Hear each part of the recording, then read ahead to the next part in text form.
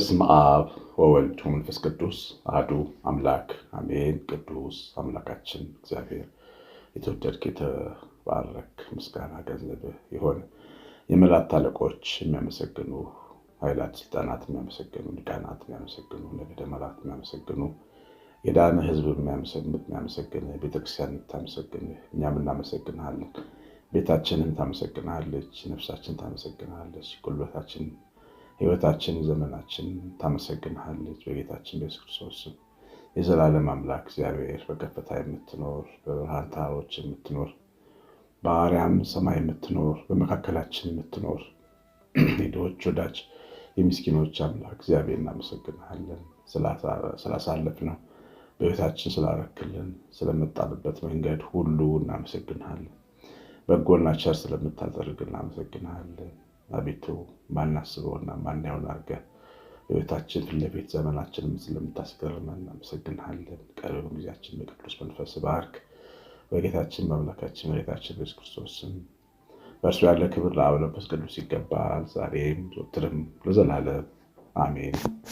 የተወዳችሁ ብሩካን እግዚአብሔር ልጆች፣ እግዚአብሔር የወደዳችሁ ልጆች ያደረጋችሁ ኢየሱስ ክርስቶስ መስቀል ላይ ሞተው በመድኃኒትነቱ ያዳናችሁ ዕዳ የከፈለላችሁ መንፈስ ቅዱስ ሀብተ ወልድ ስመ ክርስትናን የሰጣችሁ በ40 በ80 ቀን ያከበራችሁ የቅዱሳን ቤተሰቦች የሆናችሁ ሁላችሁ እንደምን ቆያችሁ? ቤተሰቦቼ እግዚአብሔር ይመስገን። ጊዜ የሰጠን አምላካችን ከምስጋና ይገባዋል። እንግዲህ በዚህ ጾማችን ለአንድ ሳምንት ከሰኞ ጀምሮ እስከ እሑድ ድረስ የምስጋና ጊዜ እንስላለን። መጀመሪያ በምስጋና የጀመርነው ጸሎታችንን ወደ ትምህርታችን እንገባለን። እግዚአብሔር እናንተን ቤታችሁን ይባርክ። እንግዲህ በትምህርቱ ላይ ቅድም እንዳያችሁት እንደሰማችሁት በርዕሱ ላይ እንዳያችሁት እግዚአብሔር በኢሳይያስ በነቢዩ በኩል የተናገረውን የተስፋ ቃል ነው የምንመለከተው። ኢሳይያስ 42 ቁጥር 15 እንደዚህ ይላል።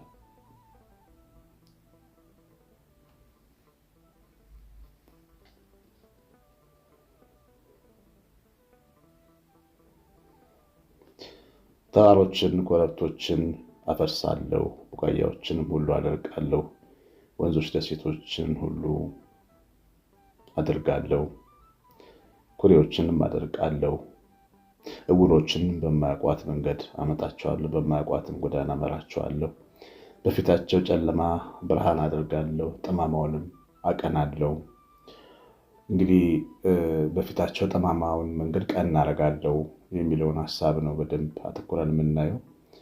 እግዚአብሔር በሚታመኑበት እና ታግሰው በሚጠብቁት ልጆቹ ፊት ያስቀመጠው ተስፋ ነው። ከጥንት ዘመን ጀምሮ እግዚአብሔርን የሚያምኑ ሰዎች ምክንያታቸው ቢለያይም፣ ነገር ግን ከእግዚአብሔር ከአምላካቸው ሊቀበሉ ስላላቸው ተስፋ በትዕግስት ታምነው የሚጠብቁ ነበሩ። ከዘመናት በፊት ከነበሩ አበው ጀምሮ እግዚአብሔርን ፊት የፈለጉት በትዕግስት ነው።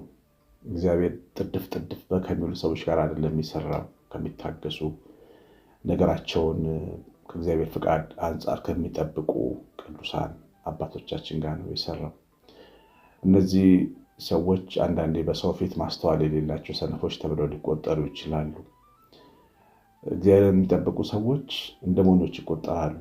የአብርሃም ሚስት ሳራ እና ባሉ አብርሃም ከ75 ዓመት እድሜያቸው በኋላ ልጅ እንወልዳለን ብለው ተስፋ ሲያደርጉ በአመክንዮ የሚመራው ዓለም እንደነሱ ሞኝ በምድር ላይ ያለ አይመስለውም ነበር።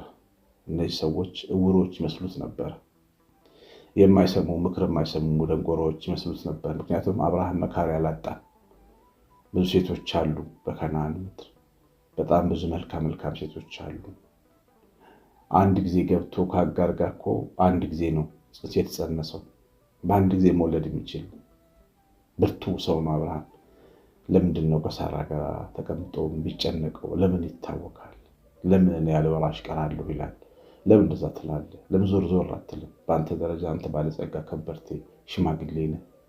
40 እና 50 ሚስት ማግባት ትችላለህ። እንደ ጠቢቡ ሰሎሞን 400 500 ሚስት ማግባት ትችላለህ ብለውታል የከነዓን ሰዎች። አብርሃም ግን ለእነዚህ ሰዎች ሞኝ ነበር። ለእነዚህ ሰዎች የማያይ ነበር። እግዚአብሔርን ተስፋ የሚያደርጉ ሰዎች የሚያው አይመስሉም። አንዳንድ እስከ መቼ ነው እናንተ ነገር ብለው ምርር እስኪላቸው ድረስ ቤተሰቦቻቸው ይታገሳሉ። ግን ተማረው የሚያመጡት ምንድን ነው? ስድብ ነው። እግዚአብሔርን ሰድበህ ሞት ነው። የኢዮብ ሚስት በኢዮብ ትዕግስት አብራ ለመታገስ ሞከራለች እስከተወሰነ ምዕራፍ ድረስ። ነገር ግን የኢዮብ ትዕግስት አንገሸገሻት። ምን ያደርግልሃል? ሰድበህ ሙት አለች። እሺ መታገስ ጥቅም የለውም ብለው ቢያስቡ እንኳን መታገስን ትቶ ምንድን ነው የሚደረገው ብትሉ፣ በቃ ኃጢአት ሰርቶ መሞት፣ ክዶ መሞት፣ እምነትን ሰብሮ መሞት ነው ምርጫ የሚያደርጉት። ሰው ምን ጊዜ ቢሆን ዋጋ መክፈል ካለበት ለሚሻል ነገር ነው ዋጋ መክፈል ያለበት። እግዚአብሔርን ሰርቦ ለመሞት አይደለም የሰው ልጅ ዋጋ መክፈል ያለበት። በዚህም አይደለም ጀግና መሆን ያለበት። ምንም እንኳን በለስ ፍሬ ባታፈራ፣ የወይንም ፍሬ በእርሻው ባይገኝ፣ እኔ ግን በእግዚአብሔር ደስ ይለኛል የሚል ጥንካሬ ነው የሚፈልገው እግዚአብሔርን የሚያምን እግዚአብሔር ልጆች። እነዚህ በዙሪያቸው የሚቀመጡ ተራሮች፣ በዙሪያቸው የሚሰሩ ግንቦች፣ ቅጥሮች በእግዚአብሔር እንደሚፈርሱ ነው የሚነግረን። ተራሮችን፣ ኮረብቶችን አፈርሳለሁ፣ ቡቃያዎችን አደርቃለሁ። ተራሮች በተራሮች ከፍ ያለ ልብ ያላቸው ሰዎችን ነው የሚመስሉት። እንቅፋቶች ናቸው። አሻግራችሁ እንዳታዩት ያኛውን ማዶ ተራራው ነው እንቅፋት ይኖረው። በእምነት አሻግረው የሚያዩ ብዙ ብሩካን ምዕመናን አሉ። ግን ተራራ የሆነባቸው ደግሞ ቤተሰብ አለ። ወይ ትዳር አጋር ይሆናል፣ ወይ ቤተሰብ፣ ዘመድ፣ እናት፣ አባት ይሆናል፣ ጓደኛ ይሆናል፣ ጭንቅላቱ ይሆናል የሰውየው የራሱ። የታለ ያንተ እምነት እያለ በእግዚአብሔርና በሰውየው መካከል ለመቆም ይሞክራል። እግዚአብሔር ግን ተራራውን አፈርሰዋለሁ ነው፣ አቅም እንዳይኖረው አደርጋለሁ፣ አሳፍረዋል። እግዚአብሔርን ተስፋ በምታደርጉበት መንገድ እናንተን የሚቃወሙትን ተቃውሞ አፈርሳለሁ፣ ዝም አሰኛቸዋለሁ ማለት ነው። ቡቃያዎቹን አደርቃለሁ። ዘርተውት የነበረው ሕሊናችን ውስጥ ያለው እግዚአብሔርን ሰድበሽ ሙጪ፣ ሰድበህ ሙት፣ የታለ እግዚአብሔር፣ የታለ አንተ አምላክ፣ ከሌን ባርኩ፣ ከሌን ባርኩ፣ ከሌን ጠብቆ፣ ከሌን ሰምቶ አንተን አልሰማም እያለ የዘራብንን ያን ክፉ ቡቃያ እነቅለዋለሁ ከውስጥ። እግዚአብሔር የሚያምኑ ሰዎችን እምነታቸውን ይረዳል። አለማመንን እርዳው አይደል ያለው ያ ሰው። እምነቱን ይረዳዋል። እምነቱ እምነት እንዲሆን ያግዘዋል። ሰው በራሱ እምነት አይደለም የሚባረከው። የማመን ፍላጎት ሲኖረው በአምላኩ ላይ እግዚአብሔር እምነቱን ያከናውንለታል። ጠንክሮ እንዲያምኑ ያግዘዋል። ዳዊት በእግዚአብሔር የሚያምን ሰው ነበረ። ምንድን ያለው? ከአንተ በቀር በጎነት የለኝም፣ አምኜ እንኳን የምኖረው አንተ ረድተህ ነው። ስለዚህ እግዚአብሔር እምነትን ሲረዳ ነው ቡቃያውን የሚነቅለው፣ ተራራውን የሚያፈርሰው። ሰው የዘራብንን ያፈርሰዋል። ድሮ በሰንበት ትምህርት ቤት ውስጥ ሳገለግል እምነትን በልጅነታችን የተለማመን ነው። እግዚአብሔር የባረካቸው መምህራን ነበሩ እና ጉባኤ እንዳሁኑ ባልተስፋፋበት ዘመን ነው። በ89 ዓመተ ምህረት አካባቢ ነው እና ጉባኤ ልናዘጋጅ ብለን ወልቂጤ ማርያም እያለን ጉባኤ ልናዘጋጅ ተነሳ። በቃ ትልቅ ሕልም ይዘን ወጣቶች ነበር፣ ሰንበቶቹ አመራሮች ተነሳን ጉባኤ ልናዘጋጅ እና ለጉባኤ የሚያስፈልጉ አንዳንድ ጉዳዮችን ከተማ ውስጥ እየዞርን መጠየቅ ነበረብን እና ሰው ጉባኤ አልለመደ። ህዝቡ ንግስ ያውቃል፣ ቅዳሴ ያውቃል እና አጋጣሚ ወልቂጤ ደግሞ አዲስ ከተማ ነች። የመንግስት ስራ ቦታ የተከፈተባት ነች። ዞን ይባላል። ያኔ ብዙ የመንግስት ሰራተኞች ያሉባት ናት። ልንሰራ የምንችለውም በተሻለ የሚረዱ እነሱ ናቸው ብለን አንድ ቦታ ተላኩኝ። ትልቅ የስራ ኃላፊ ጋር ተላኩኝ እና የምፈልገው ነገር ነበር እሱ የሚያግዘን እና ያው ገባሁና አስረዳሁት። ስገባ ያው ሀሻ ልብስ ነው የለበስኩት። ዝም ብሎ መናኛ ልብስ የለበስኩኝ ሰው ነኝ። ሰውነቴም ከሲታ ነው። እንዲሁ ሲመለከተኝ የት አይቶኝ እንደሚያውቅ እራሱ ትዝ አላለው። አስረዳሁት የሰንበት ትምህርት ቤት ተማሪ መሆኔን እና እንደዚህ አይነት ሀሳብ እንዳለ ነገርኩት እና የመለሰልኝ መልስና ያሳየኝ ፊት ፈጽሞ ከፊት ለፊቴ አይጠፋም። ያ ሰው በጣም እንደ ሞኝና እንዳልተማረ ሰው ነው የቆጠረኝ። የትምህርት ተቋም ኃላፊ ነበር እና ምንም ይሄ ጥቅም የሌለው ስራ ፈት ወጣት የተሰበሰበበት ሁኔታ እንደሆነ ነው ተረድቶ መልስ ሰጠኝ። ሊያግዘኝ አልሞከረም። ምንድን ያደረገው? ውስጥ ያለውን መብራት ሊያጠፋ ነው የሞከረው። ያዝ አልፈርድበትም። ምክንያቱም እኔ ያየሁትን አላየም ወይ እኔ የተማርኩትን አልተማረም። የእሱ ተራራ በፊት ለፊት በሰማው ኖሮ ሽባ ነበር የሚያደርግ።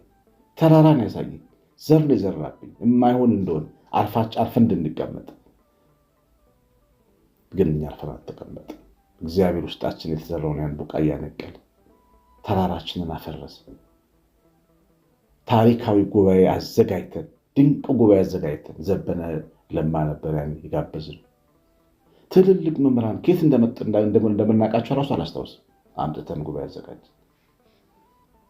እስላሞች ጉባኤው ላይ ከተማው ብርቅ ከመሆኑ የተነሳ ሙስሊሞች ጠምጥመው ቤተክርስቲያን መጥተው ተምረዋል።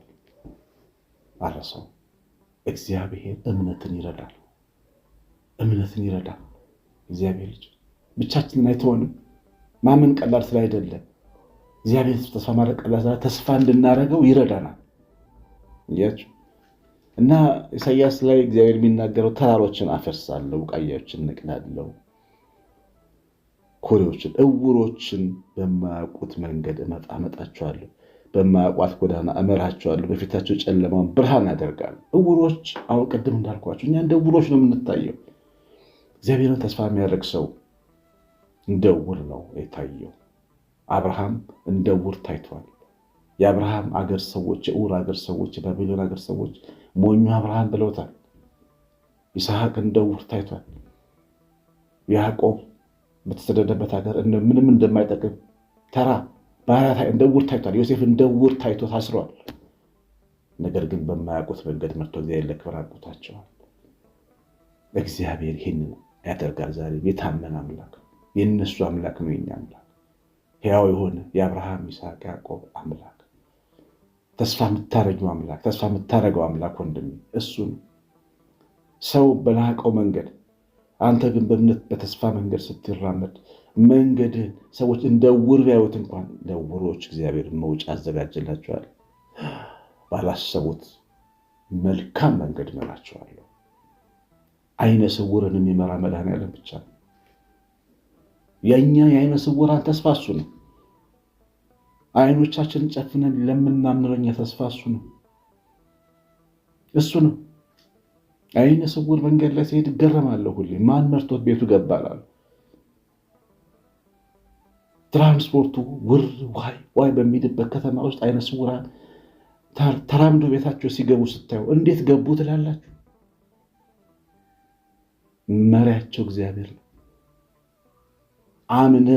አምነሽው ተስፋ አድርገሽው እንደ ዕውር የተቆጠረ እግዚአብሔር በመልካም መንገድ እንደሚመራን አዳምጡ። ባላሰቡት መንገድ እመራቸዋለሁ፣ ጨለማቸውን ብርሃን አደርጋለሁ።